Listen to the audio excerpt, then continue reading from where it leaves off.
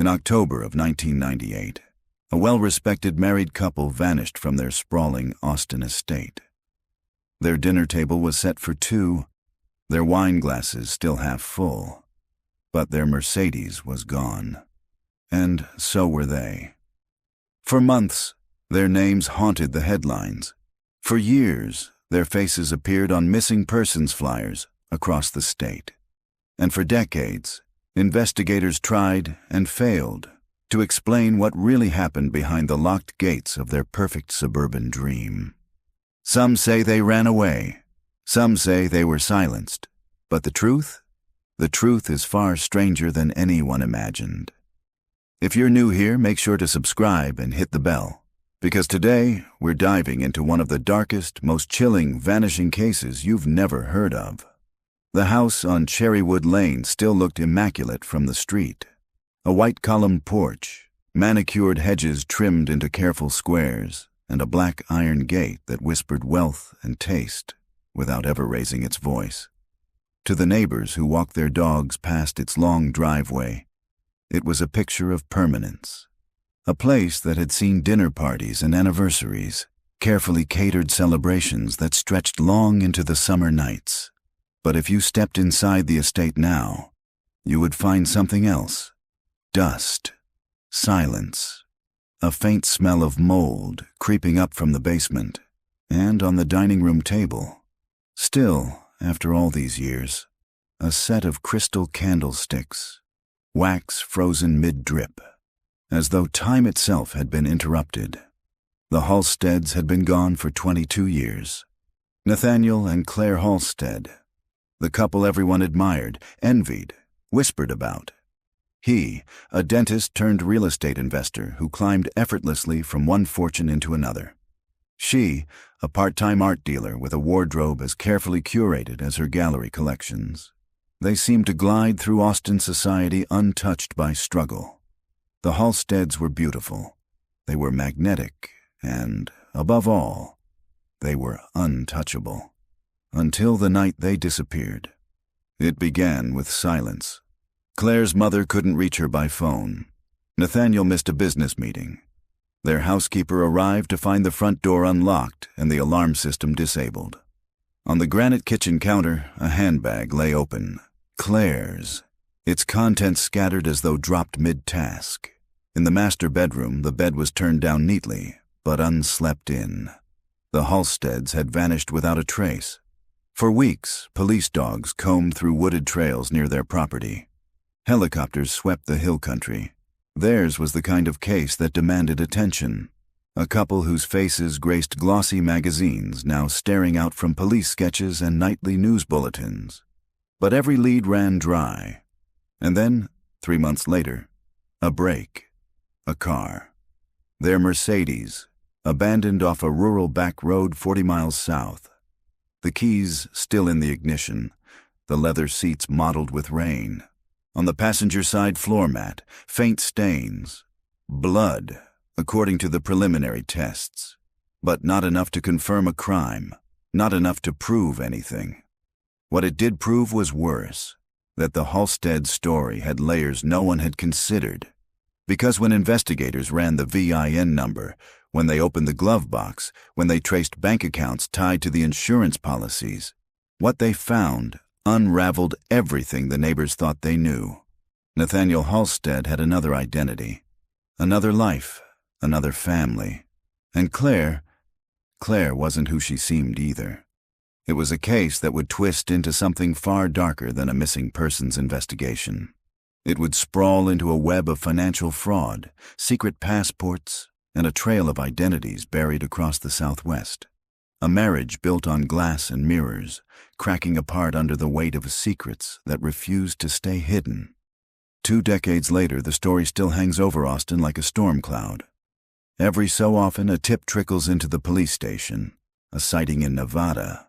A dental record matching Nathaniel's alias in Arizona. A handbag found at an estate sale in Dallas, eerily similar to Claire's. Each clue reignites the case, and each time the truth slips away again.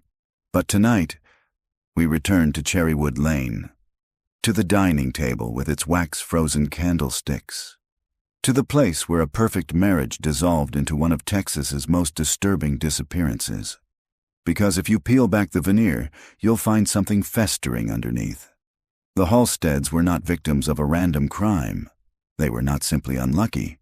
They were participants in a story far stranger than fiction, one where love was weaponized, trust was twisted, and survival meant becoming someone else entirely. The double life had begun long before they vanished, and it is still unraveling today. The tow yard smelled of rust and oil. Rows of dented vehicles sat beneath harsh floodlights, their broken windows glinting like dead eyes. Officer Daniel Kraus stood at the chain-link fence, arms folded tight, waiting for the wrecker to lower the Mercedes-Benz onto the gravel lot. It had been 3 months since Nathaniel and Claire Halstead disappeared.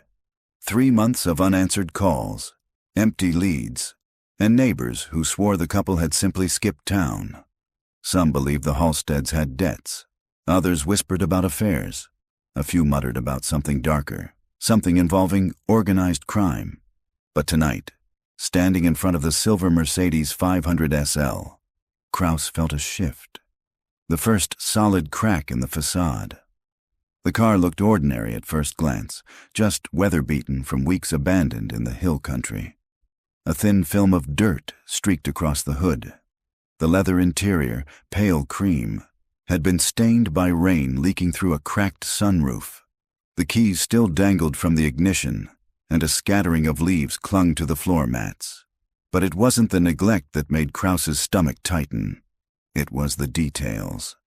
The glove compartment, forced open, with insurance cards under a different name.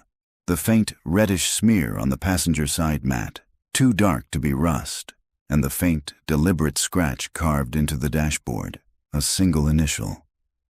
C. "Document everything," Kraus instructed the crime techs as they circled the vehicle with cameras. "Bag the keys. Print every surface." One officer leaned close to the passenger seat.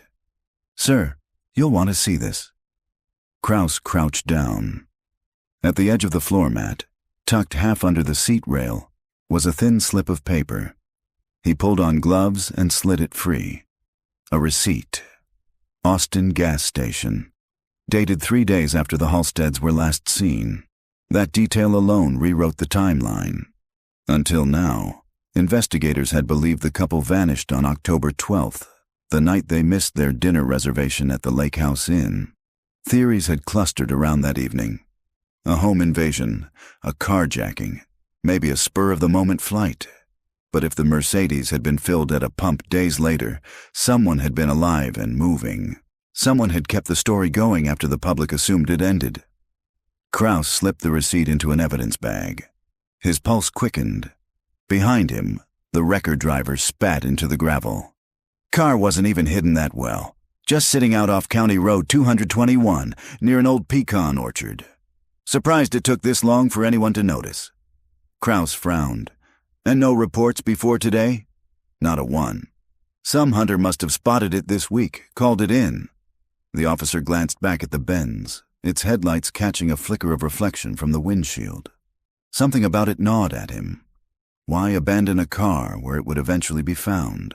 Why leave keys in the ignition, documents in the glove box? Unless that was the point. It wasn't just abandonment. It was theater. The next morning, Austin awoke to headlines. Halstead car found in rural field. Missing couple mystery deepens. Reporters swarmed Cherrywood Lane, pressing microphones against the black iron gates. Camera crews angled lenses at the empty driveway. Neighbors in pressed polo shirts and tennis skirts offered sound bites. Lovely people, no enemies. Always kept to themselves. So strange. Just vanished. Inside the estate, Detective Evelyn Shaw studied the kitchen like a stage set. Claire's handbag still sat on the granite island, lipstick tubes rolling loose inside. 2 wine glasses stood by the sink, both half drained. The wine gone to vinegar. And in the dining room, those candlesticks. Wax frozen in time. Shaw crouched beside a drawer, rifling through envelopes of bills. Her eyes narrowed at a credit card statement. Multiple charges in Las Cruces, New Mexico, from just weeks before the disappearance. Boutique hotels, art supply stores, cash withdrawals, all under Claire's name. She tapped her pen against the page. Why drive to New Mexico without telling family? Why stay in hotels when you own a mansion? Her partner, Detective Raymond Vega, leaned against the counter, arms crossed. Maybe they were just getting away. Shaw shook her head. And leave everything behind. Phones, passports, clothes. It doesn't track. She spread the statements across the counter. Patterns emerged. Purchases far from Austin, under names that didn't match. Receipts tucked into Claire's handbag bore different signatures, subtle variations of handwriting. Some neat, some slanted, one written in a hurried scrawl. It was as if someone had been trying on identities like clothes. By the end of the week, the Mercedes yielded more secrets. Forensic labs confirmed the stain on the floor mat was blood, but not just one person's. 2 distinct profiles. Neither matched Nathaniel or Claire. That detail detonated through the department like a grenade. Could be transfer, Vega suggested grimly, flipping through the lab report. Someone else bled there before. The Halsteads might have never known. Or, Shaw countered, they were with someone else, someone no one has mentioned. Her voice echoed through the evidence room, where photographs of the car lay pinned across a corkboard. The scratches, the smears, the receipt, the glove box with documents belonging to a man named David Rowe. No one in Austin knew a David Rowe, but in New Mexico, that name carried weight. Shaw circled it in red marker. Beneath it, she scrawled a single phrase, the double life. The desert highway stretched in front of Detective Evelyn Shaw, like a ribbon of cracked asphalt, heat shimmer rising from the sand on either side. She gripped the steering wheel of the unmarked sedan, her partner Vega half dozing in the passenger seat, his sunglasses sliding down the bridge of his nose. New Mexico wasn't new territory for her. She'd driven these roads years ago while shadowing a fugitive case. But there was something different about this trip. This wasn't a hunt for a stranger. This was the unraveling of 2 people whose photographs hung in polished frames above Cherrywood Lane fireplaces. People everyone thought they knew. They had left Austin at dawn, the Mercedes documents bagged in the trunk, credit card receipts, that Las Cruces trail.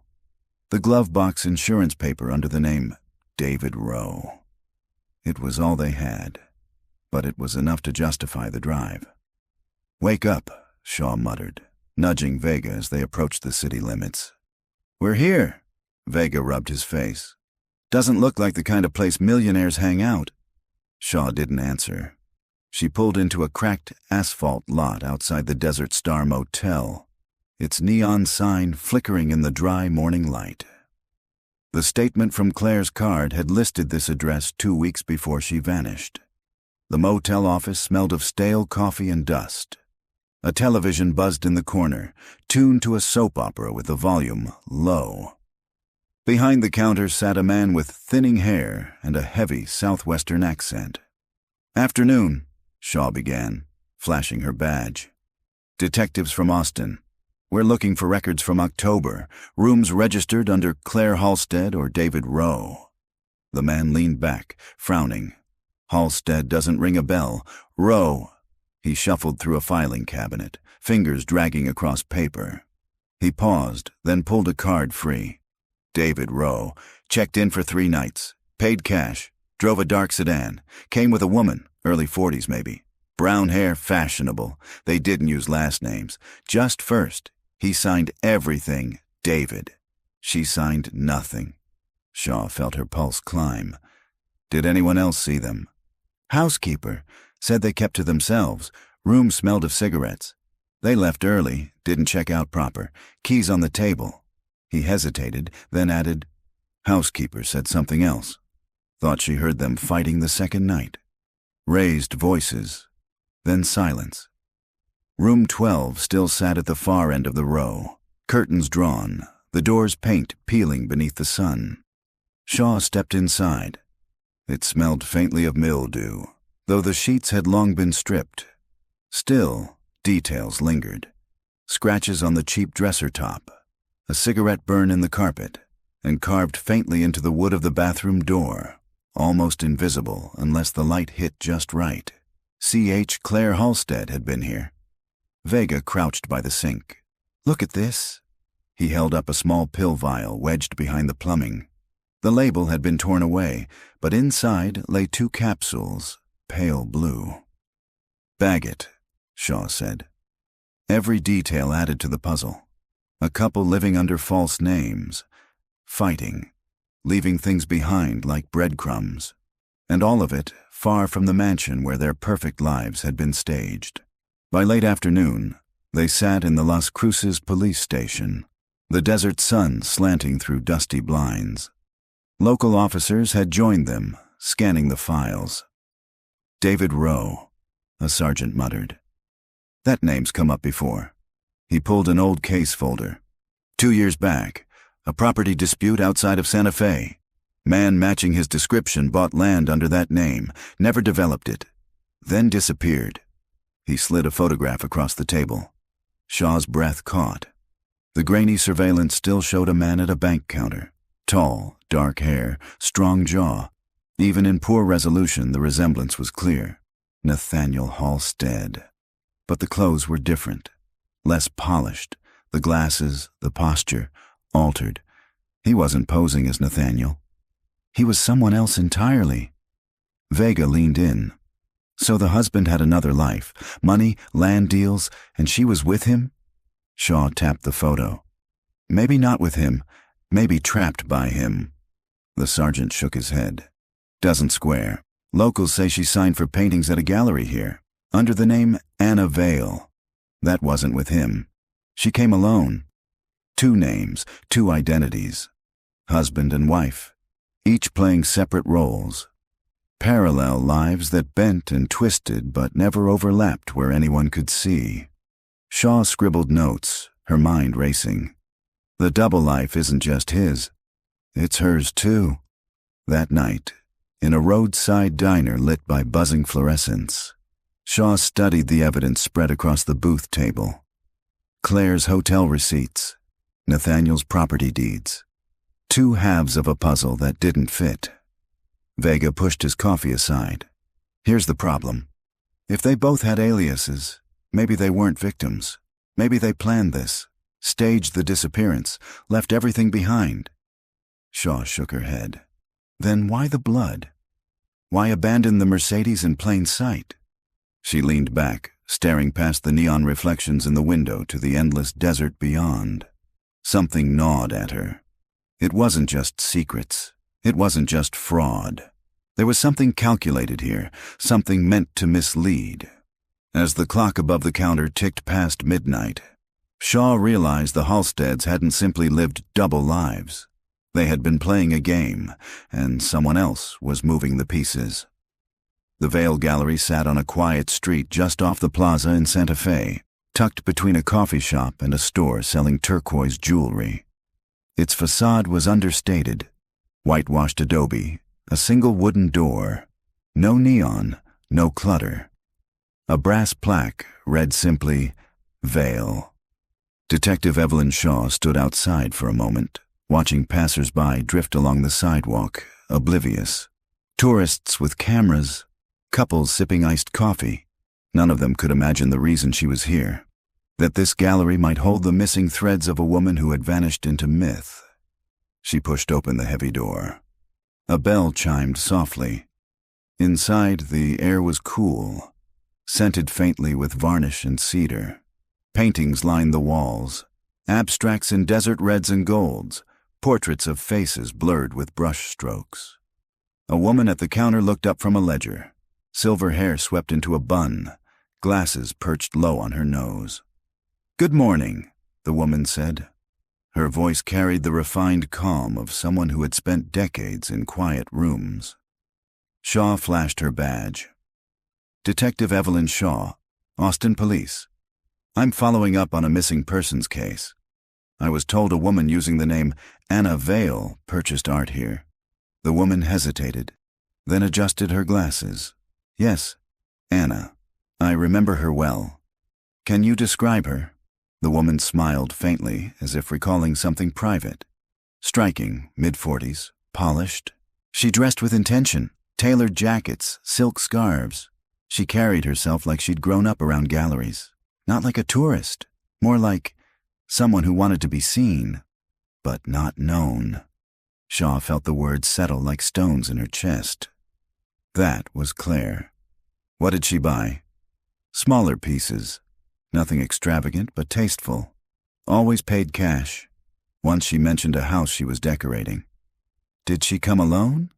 The woman's expression shifted. Usually, yes. But one evening, near closing, a man came in with her. He was quiet. Stood back while she spoke. I thought he might be her husband, but she never introduced him. His manner, strange, watchful. Shaw leaned forward. Can you describe him? Tall, dark hair, a little older than her. I only saw him once, but he looked at her as if he knew something about her no one else did. The woman shivered slightly, as though remembering. Do you know where the pieces went? Shaw pressed. She shook her head. She never had them shipped. Always carried them herself. Said she liked to keep them close. Back in the car, Vega scrolled through his notes. So she's buying art under a false name. He's buying property under a false name. What's the connection? Shaw drove in silence, the desert stretching endless around them. Money laundering, maybe. Our cover stories for disappearing funds. Art is perfect for that. You can move thousands in value without anyone blinking. Vega closed his notebook. Or maybe they weren't working together at all. Maybe they were running from each other. Shaw considered this. In every case file, in every news clipping, Nathaniel and Claire had been presented as a pair, united, glamorous, inseparable. But here in New Mexico, their tracks diverged. 2 lives, 2 games, side by side, but not aligned. That evening, they met with a retired detective in Santa Fe who had handled missing art cases. His apartment smelled of pipe smoke and dust. Canvases leaned against the walls, tagged with evidence stickers. You said Anna Vale, he murmured, stroking his beard. I remember that name, not from a crime report exactly, but from whispers. Collectors talking about a woman who was moving pieces off-market.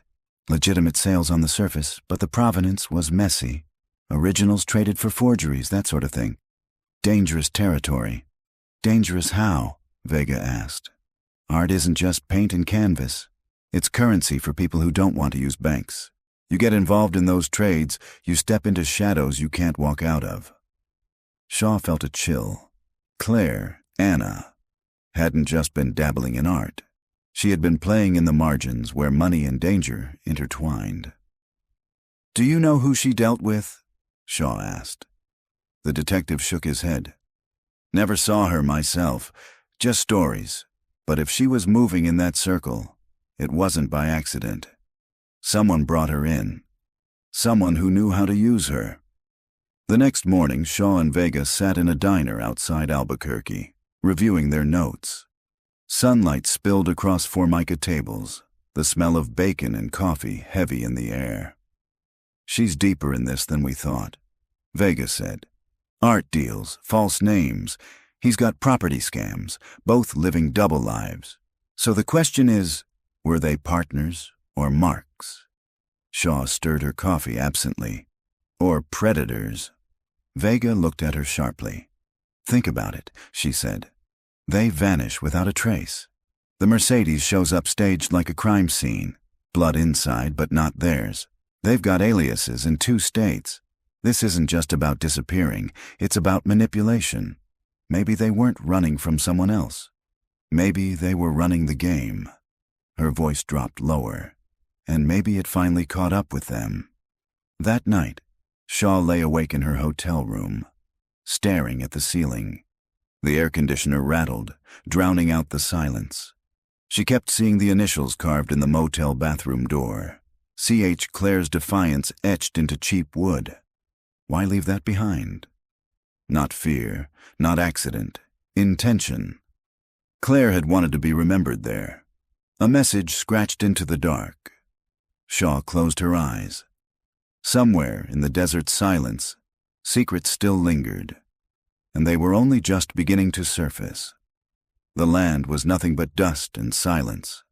40 acres of desert scrub, a skeletal windmill leaning against the sky, the husks of old mesquite trees clawing up from the sand. No house, no barn, just a property line staked out in weathered posts, stretching to the horizon. Detective Evelyn Shaw stood at the edge of it, the sun pressing heat against her neck. Beside her, Vega kicked at the dirt with the toe of his boot. "This is what Nathaniel, David Rowe, paid cash for?" Vega muttered. "Middle of nowhere. No water, no utilities. What was he planning to do, farm dust?" Shaw didn't answer. She walked toward the center of the land, her boots crunching over dry gravel. The silence was oppressive, the kind that made every sound carry. The rattle of her keys in her pocket, the whisper of wind through brittle grass. "Maybe it wasn't about building anything," she said finally. "Maybe it was about hiding." They met the county registrar in a trailer office off the highway. The man, round and sweating, thumbed through records on a cluttered desk. "Rowe bought the land in '96, he said, pushing a file toward them. "No improvements filed, no taxes paid since '97. We were about to foreclose." The file contained one photocopied deed, signed in a bold hand. David Rowe. No mortgage, no traceable bank. Pure cash. Shaw studied the signature, the curve of the D, the hard slash of the R. It wasn't Nathaniel's neat scrawl. It was practiced, but different. He'd learned to write a new name as if he'd been born with it. "Anyone ever use the land?" she asked. The registrar shrugged. "Local kids drink out there. Hunters cross it sometimes. Sheriff's been called a few times for gunfire, but nothing serious." "Gunfire?" Vega pressed. The man nodded. "Noise complaints, that's all. But folks out here don't ask questions."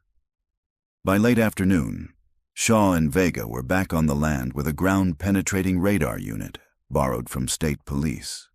The desert sun had begun to soften, shadows stretching long. The machine buzzed as it rolled slowly across the dirt, the screen flickering with grainy shapes beneath the soil. Rocks, roots. Then, something else. Shaw froze. There. A long, rectangular shape. Too clean to be natural. Buried shallow, maybe 4 feet down. They marked the spot with spray paint. Vega's jaw tightened. "You thinking what I'm thinking?" "Grave," Shaw said flatly. The excavation began the next morning under a pale desert sky. Deputies dug with shovels while crime techs photographed every inch. The earth gave way reluctantly, dust rising in choking clouds. Then the shovel struck wood. An old chest, weathered and cracked, its iron hinges rusted through. The deputies hauled it up, setting it on the dirt. Everyone circled in silence. Shaw knelt. The lock had corroded. It broke easily under pressure. The lid creaked open. Inside lay bundles of paper, wrapped in oilcloth. Shaw lifted one carefully. Bank records, titles, passports, each bearing different names. David Rowe, Anna Vale, others she didn't recognize. False identities, a library of lives. At the bottom of the chest, beneath the papers, was a smaller box. She opened it with gloved hands. Inside lay jewelry. Rings, necklaces, a watch. Some men's, some women's. And one item that made her blood run cold. A child's bracelet. Plastic beads spelling out the name Elena. Shaw's breath caught. "This isn't just theirs." Vega leaned over her shoulder. "Whose are these?" She shook her head slowly. "Souvenirs." That evening, back at their hotel, Shaw spread the documents across the bed. Passports from 3 different countries. Birth certificates, driver's licenses. Some bore Nathaniel's face, altered with glasses, different haircuts. Others bore Claire's. But some bore strangers, people she didn't recognize. She called the lab. Run every name, every number, cross-check with missing persons. Hours later, her phone buzzed. "Detective Shaw," the analyst said, voice tight. "We've got hits. 2 of the passports match open missing persons cases, one from Phoenix, one from Denver. Both vanished in the mid-90s, both unsolved." Shaw sat down heavily on the edge of the bed. This wasn't just a couple living double lives. This was a graveyard of identities. Vega knocked on the connecting door, stepping in with a bottle of water. He stopped when he saw her expression. "What?" She turned the passports toward him. 2 of these belonged to people who disappeared years ago. Vega ran a hand through his hair. "Jesus, so what were the Halsteads? Identity thieves? Killers?" Shaw's voice was low, almost a whisper. "Or collectors. People who lived through others until the seams came apart." She stared down at the bracelet again. The childish beads, faded but intact. "Someone's daughter," she murmured. "Someone whose name was lost, and they kept this." Silence filled the room. The desert outside seemed to stretch endlessly, as if it might swallow every secret hole. But the chest had been found, and whatever truth it contained was clawing its way to the surface. The Austin Police Headquarters conference room smelled of burnt coffee and old carpet. On the table, crime scene photographs from New Mexico were spread like cards in a rigged deck. The chest, the papers, the jewelry, the bracelet. Detective Evelyn Shaw stood at the front, laser pointer in hand, her voice low but steady. 2 passports found in the chest belonged to confirmed missing persons. A man from Phoenix, last seen in '95. A woman from Denver, disappeared in '96. Both cases went cold. Both names reappeared in documents tied to Nathaniel and Claire Halstead, under aliases David Rowe and Anna Vale. She clicked the pointer, red light landing on the bracelet photo. This bracelet belonged to a child. Initial records suggest it was sold in a chain toy store in Arizona in the mid-90s. It bears the name Elena. We're cross-checking unsolved juvenile disappearances with that name. Around the table, agents from the FBI's Albuquerque office shifted in their seats. A regional task force had been hastily assembled, the Halstead's case now far exceeding Austin's jurisdiction. One agent leaned forward. "Are you suggesting the Halsteads were abducting identities from missing persons?" Shaw paused. The words felt dangerous even as she spoke them. "I'm suggesting their disappearance is connected to at least 2 other vanishings. Possibly more." Another agent frowned. "But were they perpetrators? Or victims caught in the same web?" Shaw set down the pointer. "That's what we need to find out."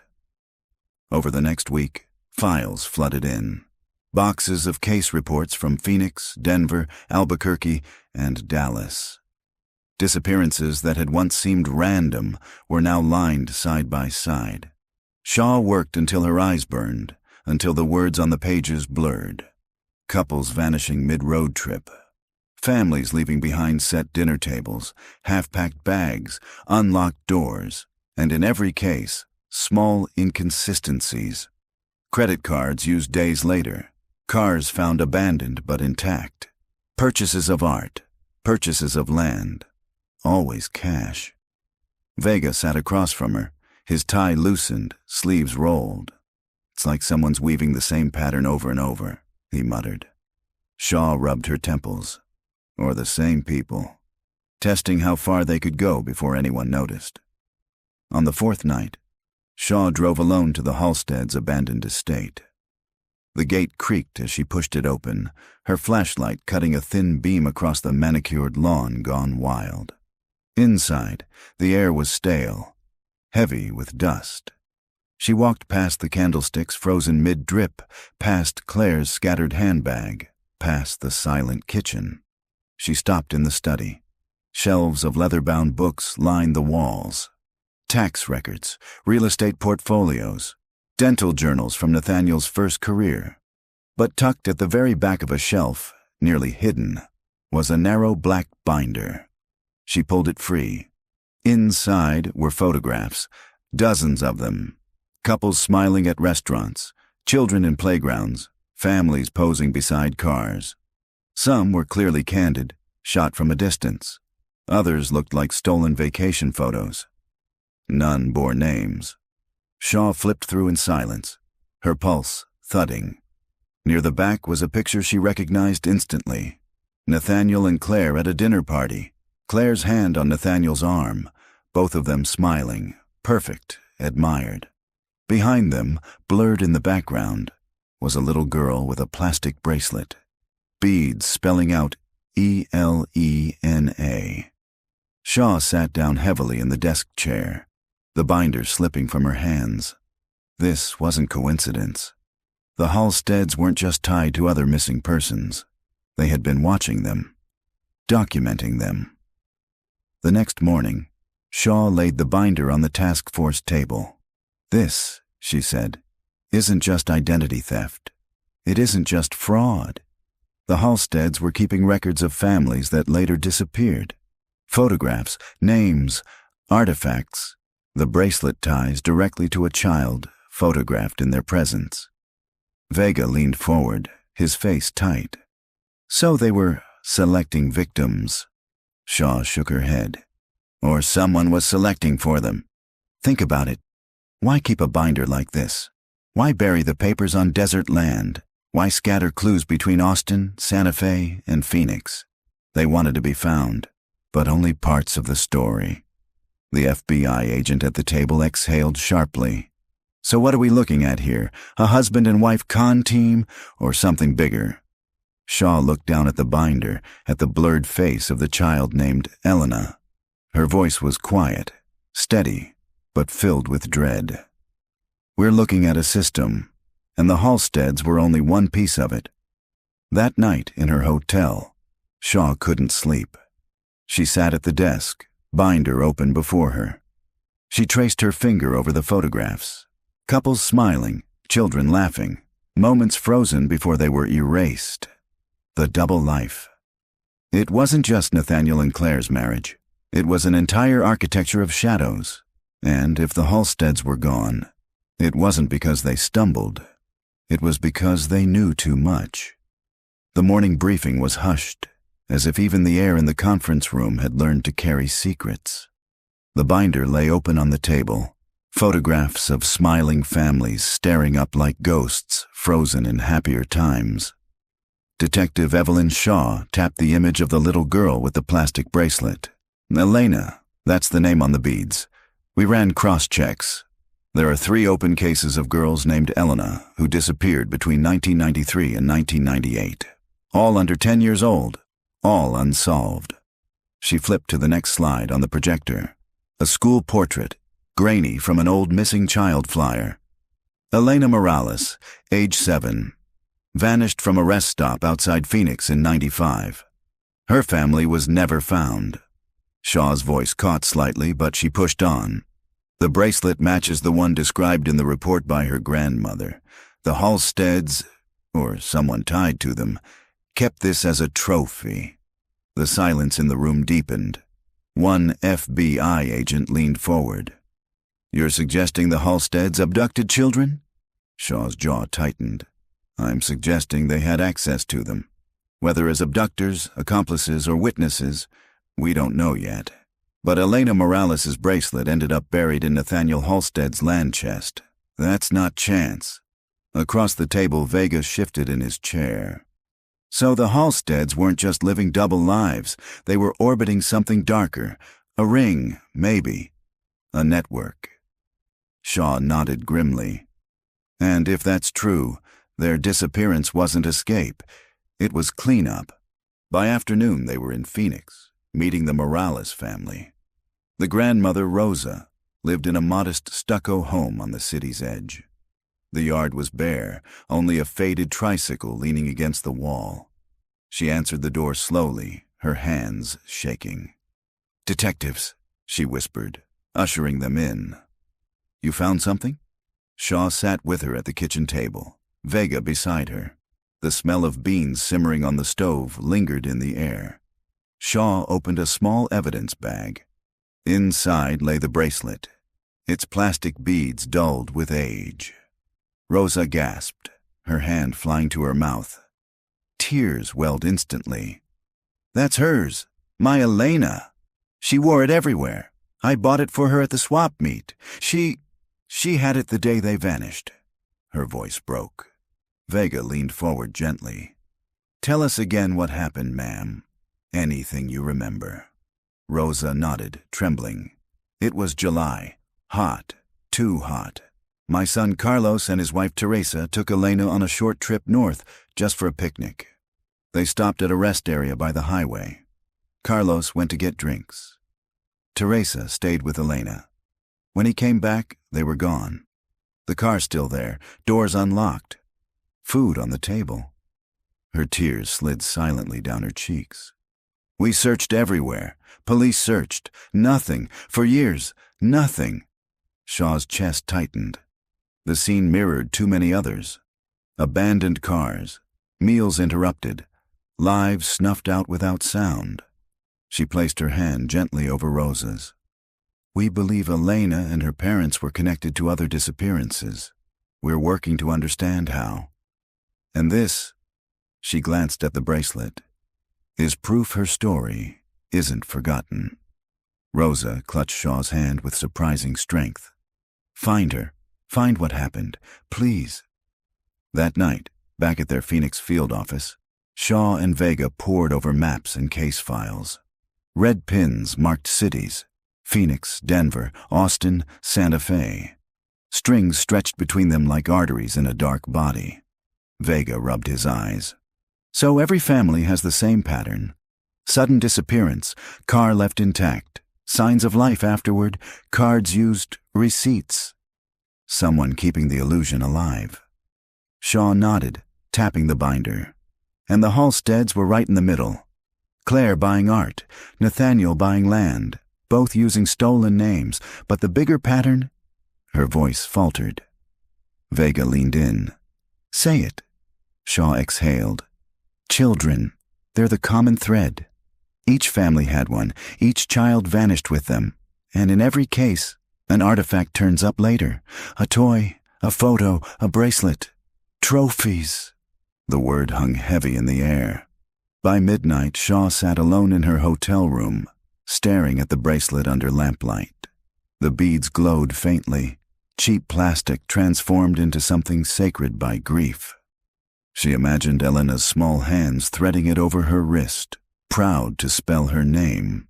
She imagined the moment it was ripped away, and she wondered if Nathaniel and Claire had watched, if they had collected, if they had participated.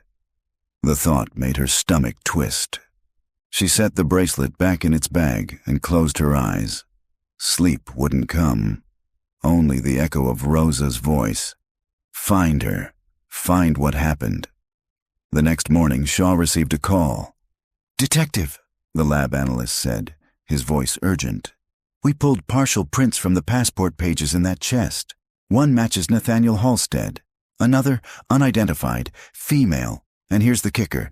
We found traces of children's fingerprints on the jewelry box. Multiple sets." Shaw's grip tightened on the phone. "Children? Yes, likely under 12. At least 3 different prints. None match Elena." Shaw's pulse thudded. This wasn't just one child. There were more. And the Halstead's shadow was tangled in every one of them.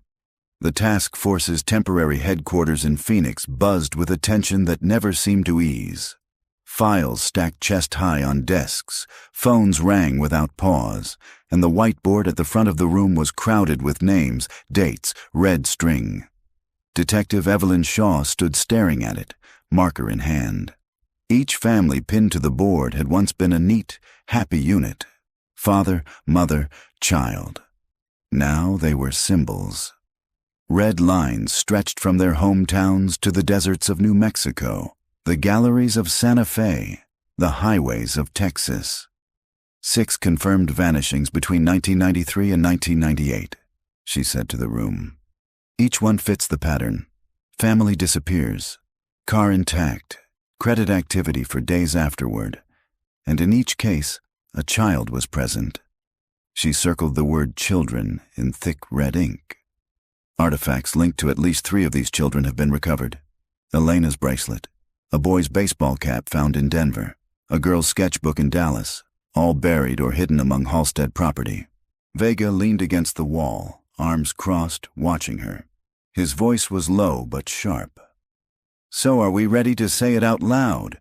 The Halsteads weren't victims, they were operators." A murmur rippled through the room. Some nodded, others looked uneasy. Shaw's marker hovered in the air. "I don't know if it's that simple," she said. "What we have doesn't prove they orchestrated this, but it proves they were close enough to touch it. Maybe willing participants. Maybe something else." By afternoon, the FBI analysts brought new results. Shaw and Vega sat with them in a side room, the hum of fluorescent lights overhead. "Cross-checking travel records," the analyst said, sliding a folder across the table. "We found the Halsteads' credit cards, under aliases, placing them near 3 other disappearances: Santa Fe, Albuquerque, and Denver, always within days of the family vanishing." He hesitated, then added, "There's more. Passenger manifests. International flights paid in cash. Names matching their aliases show up on flights to Mexico, Belize, and Prague. Always following the disappearances. Always with 2 or 3 tickets." Vega leaned forward, his jaw tight. "So they were transporting kids?" The analyst didn't answer directly. "The dates line up too clean to ignore." Shaw felt her stomach turn. Claire's silk scarves, Nathaniel's perfect suits, all of it had been camouflage. Behind them, shadows moved. That evening, Shaw and Vega returned to the binder of photographs. They spread the images across the hotel desk, trying to see what connected them. Vega pointed to one shot, a family smiling in front of a church. "This is from Denver. I checked the architecture. That building burned down in '94. This photo was taken just months before." Shaw leaned closer. "And the family vanished in May 1994. The timing fits." She traced her finger over the blurred background. A tall man stood near the church steps, just out of focus. Glasses, mustache. Her throat tightened. "That's Nathaniel." The discovery chilled her more than she expected. He hadn't just collected their names, their artifacts. He'd stood near them, watched them, documented them like prey.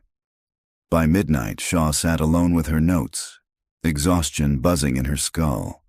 The line between investigator and victim blurred in her mind. She kept hearing Rosa Morales' voice, kept seeing the empty look in missing child photos. Why the children?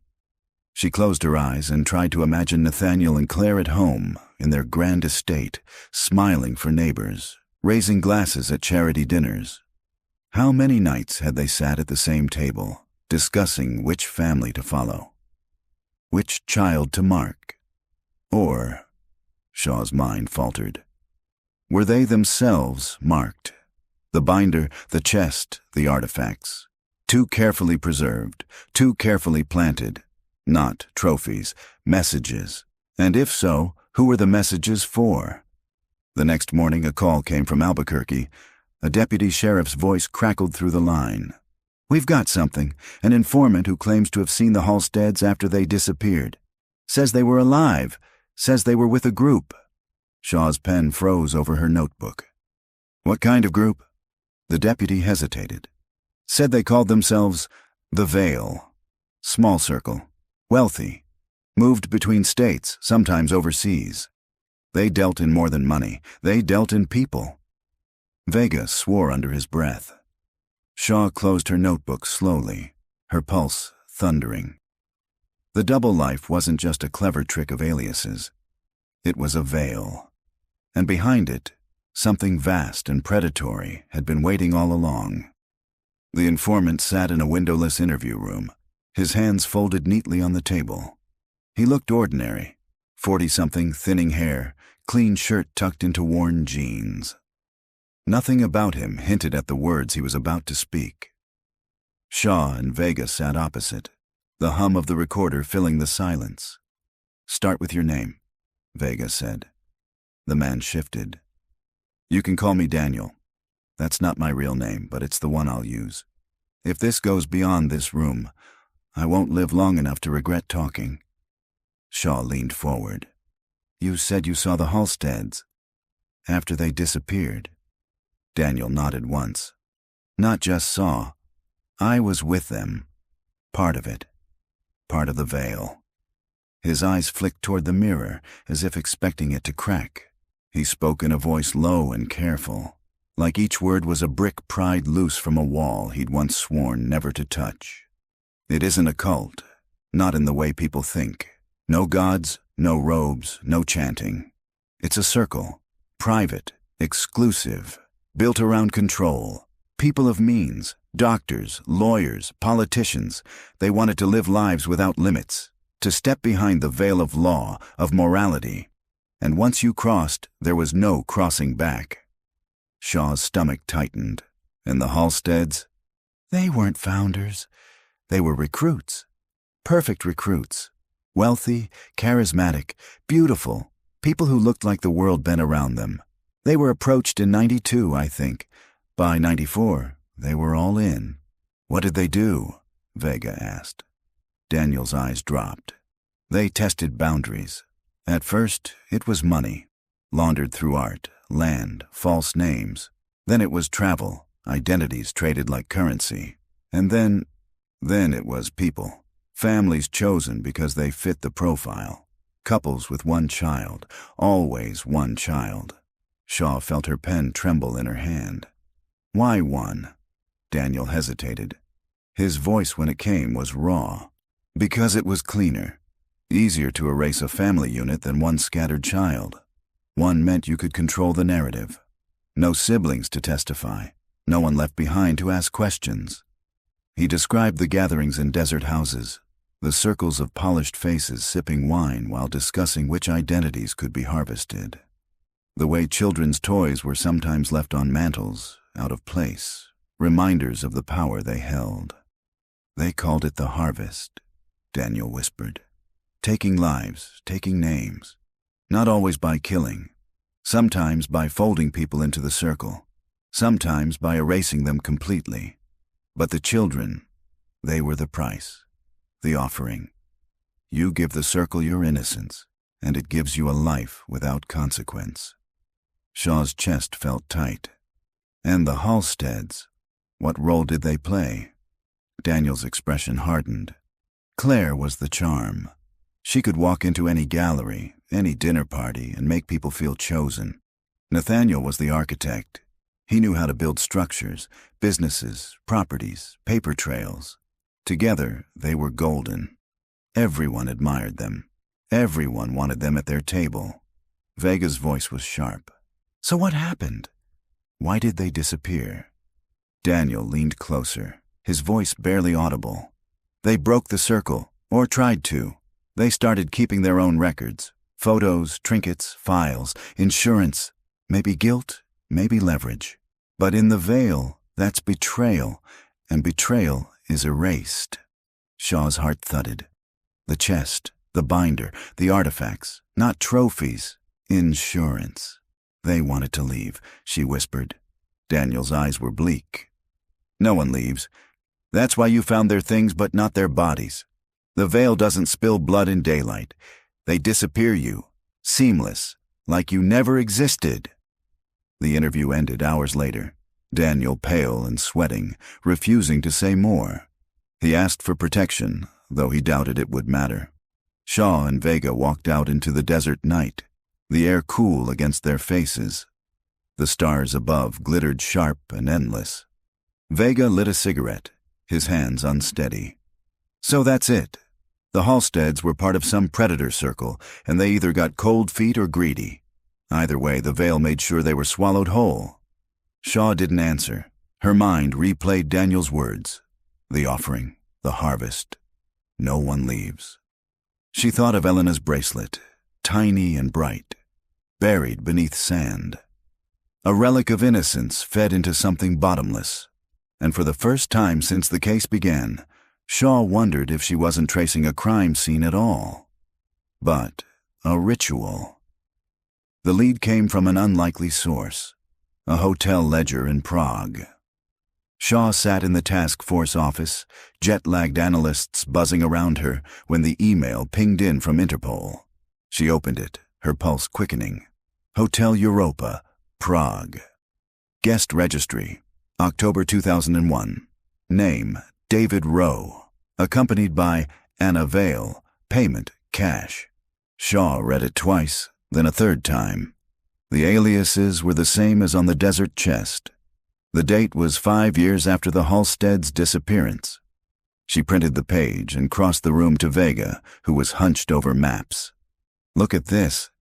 He scanned it, then swore softly. Rowe and Vale, that's them.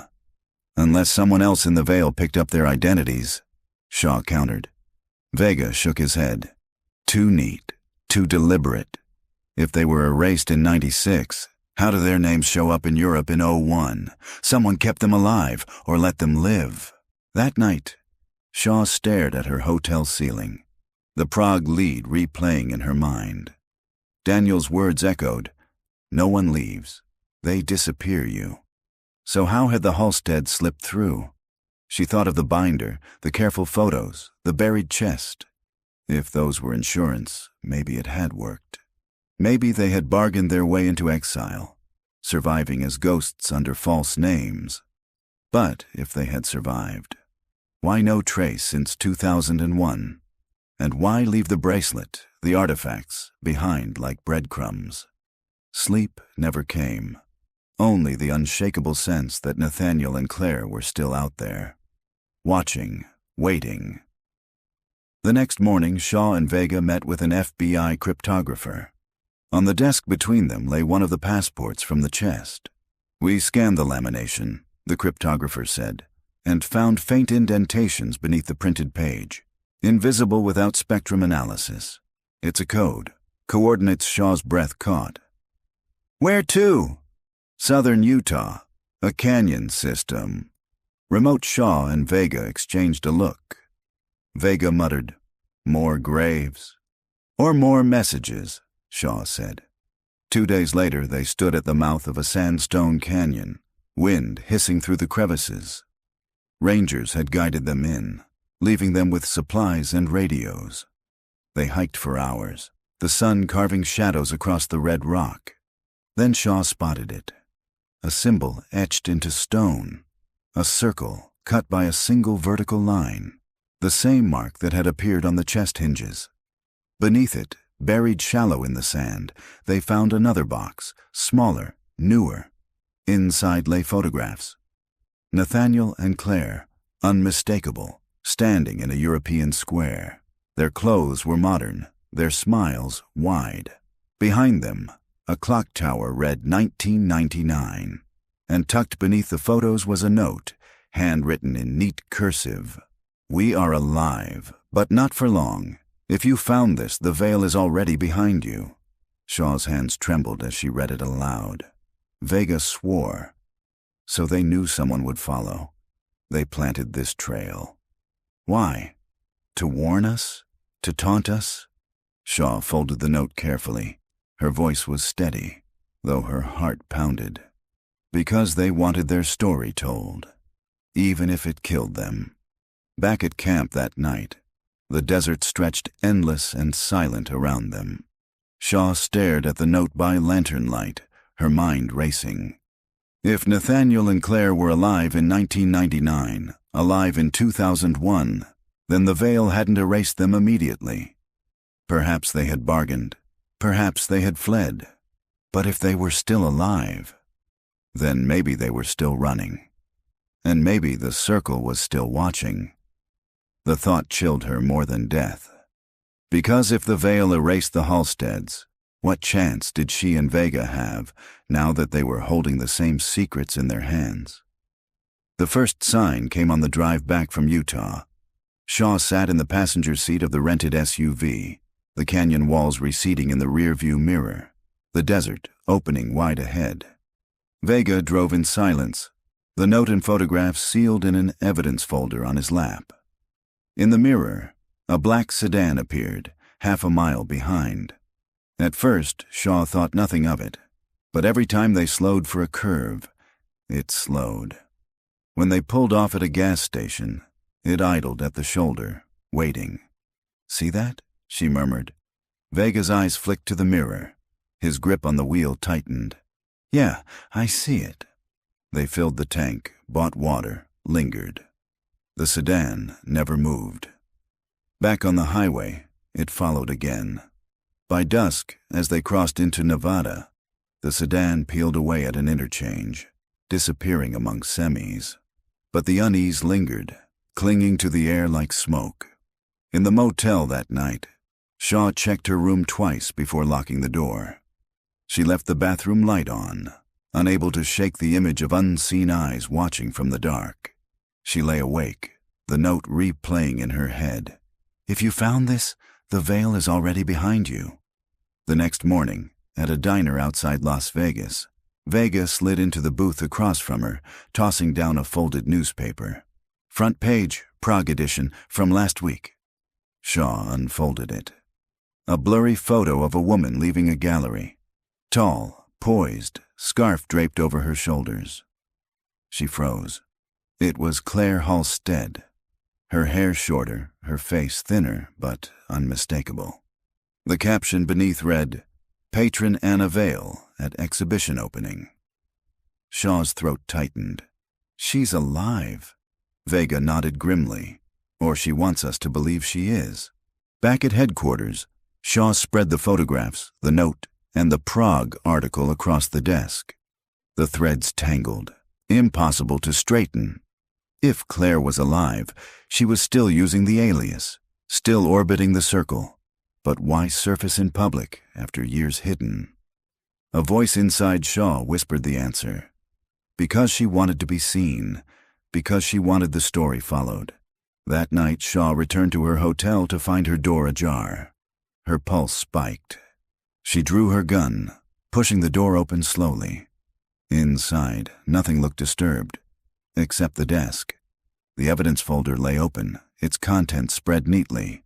Photographs, the note, each placed in a line across the table, and in the center, a fresh edition, a single Polaroid. Shaw herself walking out of the Utah Canyon, folder under her arm. Taken from a distance, her stomach turned to ice. The veil wasn't just behind them. They were already inside the investigation. Shaw called Vega.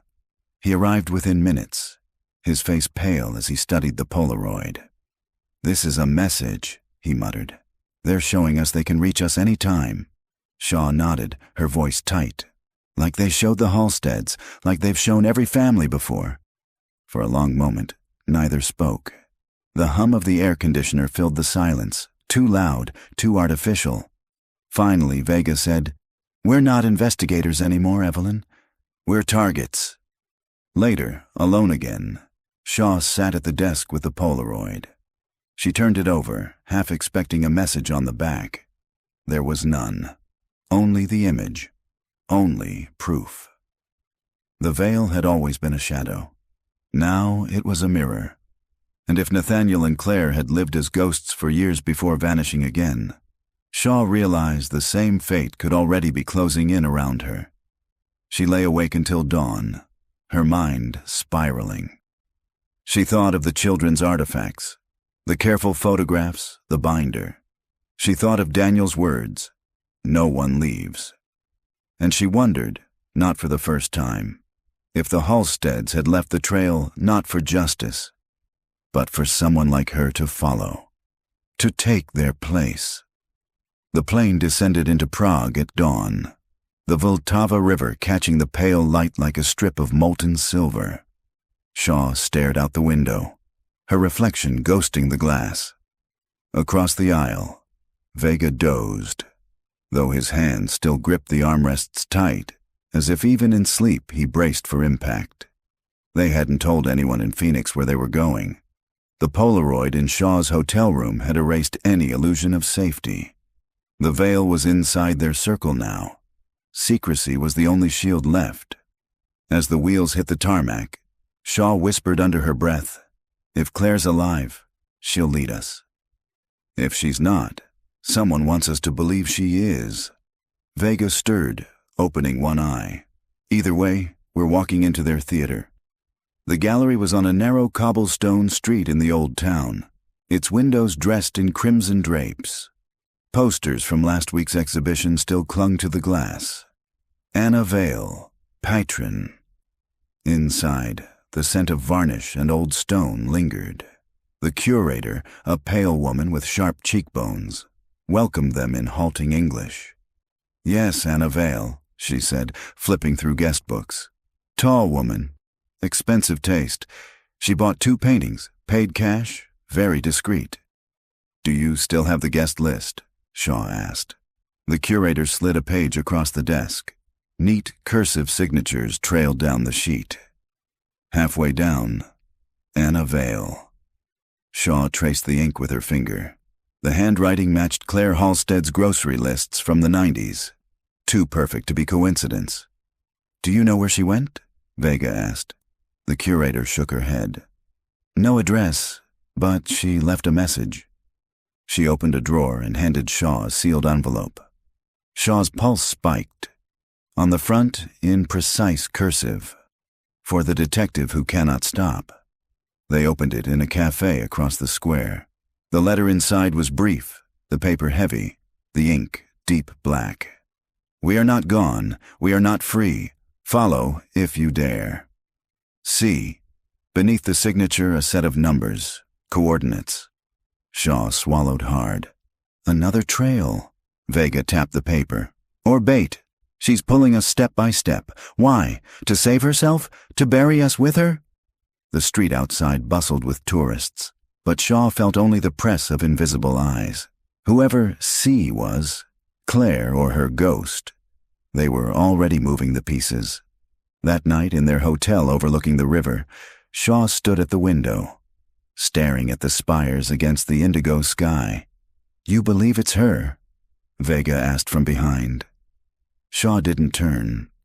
"The handwriting's hers. The patterns fit. If she's alive, she wants to be found. But what?" Shaw's reflection in the glass looked pale, hollow. What if the Veil let her live? What if they're using her to lure us into their hands? Vega stepped closer. His voice was low, steady. "Then we're already in their hands." The coordinates pointed east, toward the borderlands. Remote forests, old ruins. As they prepared to leave, Shaw checked her bag. Evidence files, passport, gun. At the bottom of the bag lay a slip of paper she hadn't packed. Her stomach clenched. She pulled it out with shaking fingers. A Polaroid. This time, not of her, not of Vega. Of Claire Halstead herself, standing in the gallery doorway. The same scarf, the same eyes. On the back, a single line scrawled in ink. "She is not yours to find." Shaw dropped it onto the bed, her breath catching. Vega swore softly. "They're a step ahead, always a step ahead." Shaw met his gaze, her voice barely a whisper. "Then maybe the only way to find Claire is to let them take us where they want." Outside, the river flowed black and endless under the city lights. The Veil had pulled them across an ocean, deeper into its circle.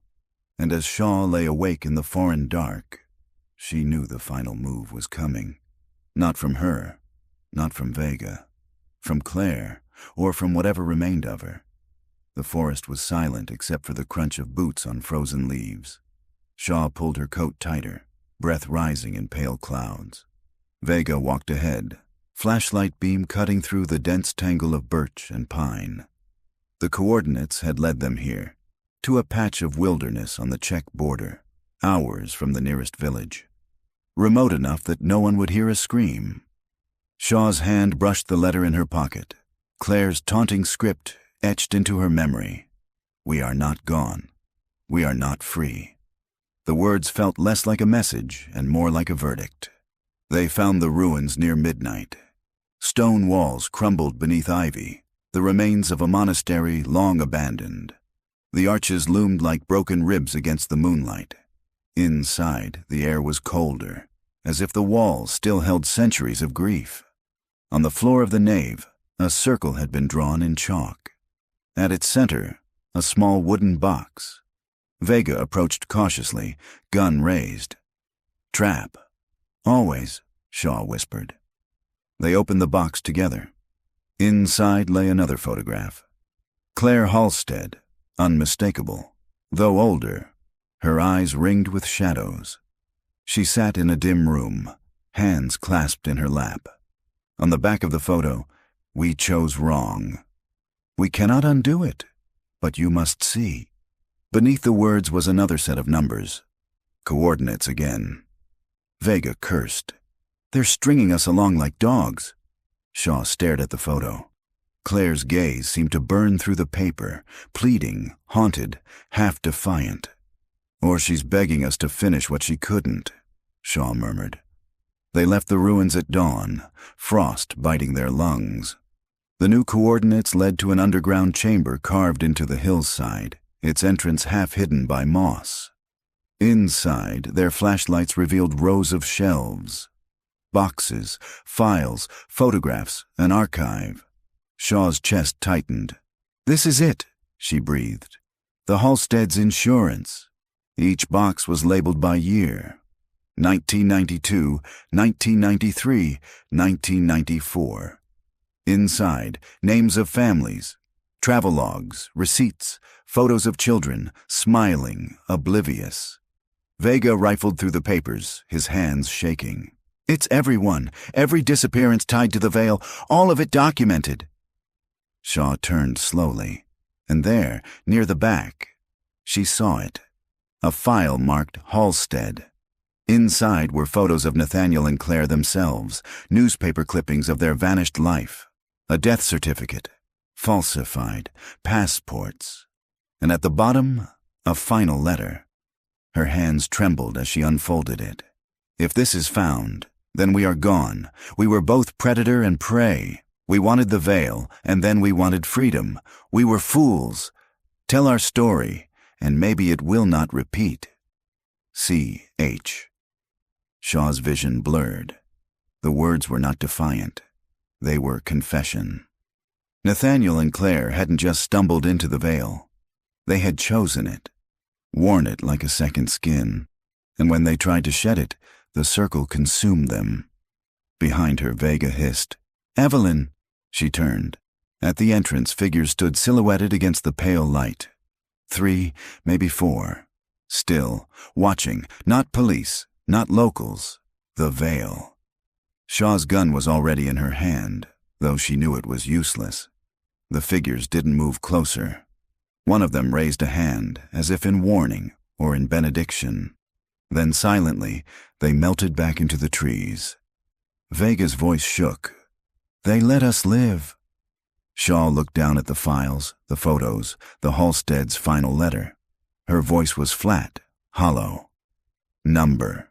They wanted this to be seen, to be carried, to be remembered. She placed the letter back in the file and closed the box. "They don't erase everything," she whispered. "They choose what survives." By the time they emerged from the hillside, the forest was awake with birdsong. Sunlight broke across the ruins, gilding the stones. To anyone passing, the place looked abandoned. Empty, forgotten. But Shaw felt the weight of eyes still on them, unseen but near. Nathaniel and Claire had lived a double life, victims and perpetrators, puppets and players. And in chasing their ghosts, Shaw realized she and Vega had stepped into the circle's stage. The Veil didn't just harvest lives, it harvested stories. And now their story belonged to it too. The press conference was brief. Vega stood at the podium, flanked by officials, speaking words they all knew were carefully measured. International evidence of organized disappearances. A long, unsolved case with new documentation. Investigations ongoing. No mention of the Veil. No mention of the figures in the forest, and no names. Not Nathaniel, not Claire. Shaw watched from the back of the room, her face shadowed. Reporters scribbled notes. their pens hungry for a narrative that could never be given. When Vega finished, he met her eyes across the crowd. The look they exchanged was silent, weary, unbreakable. Weeks later, Shaw sat at her kitchen table in Phoenix.